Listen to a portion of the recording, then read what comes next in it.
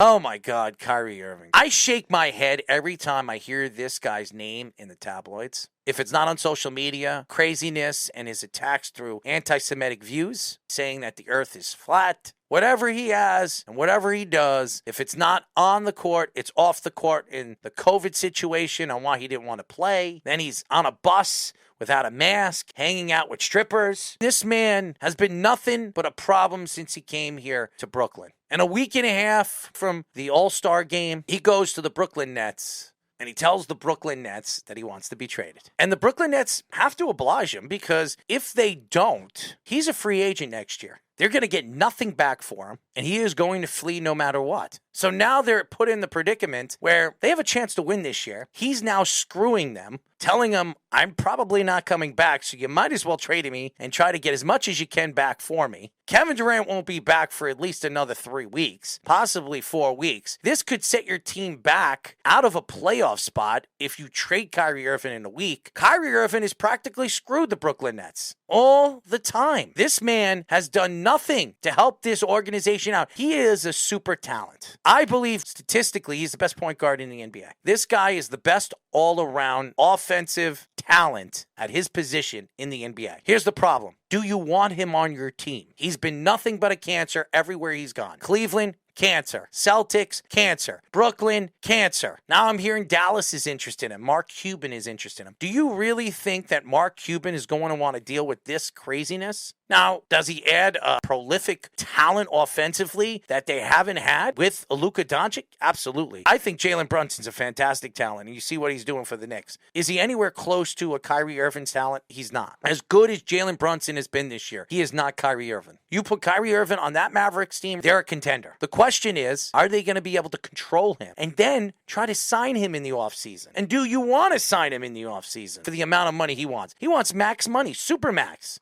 He wants to be the highest paid player in the NBA. Good luck. Now, could Mark Cuban do that? Absolutely. Will he? I don't know. Should he? Absolutely not. What I do know is his talent is there, but his clownness and his craziness on and off the court, I don't want to take a chance with him. Now, to come out like this a week before the trade deadline and throw your team under the bus, after the way your team is playing, you have no Kevin Durant in this lineup. Ben Simmons is finally figuring things out, and then you're going to say, you know what, I'm bailing on you guys. I don't want to be here anymore. It's despicable. And what I would do if I were the Brooklyn Nets right now is I would sit him out for the next week so he doesn't get hurt and get as much as I possibly can for him. I would call every single general manager and I would say, what would you give me for Kyrie Irving? And I don't care if he wants to go there or not. There's no trade clause. He could trade him wherever they want. So Sean Marks could trade him wherever he wants. See who's going to give me the best deal and trade his ass. Yeah, you mentioned the Mavericks as being one of the teams, also the Suns and the Lakers have been interested in him, obviously with the LeBron connection. The Suns are interesting. Off-season rumors with Kevin Durant being interested in going to the Suns. The Nets would be interested in getting DeAndre Ayton back. Maybe that's something they experiment with as a potential candidate for Kyrie Irving. But either way, it's time to end this experiment because if Kyrie Irving is going to act like this now, when Kevin Durant's hurt and probably is going to miss at least another 3 weeks, you're the 4th seed in the East and you're not committed to that. This is a guy that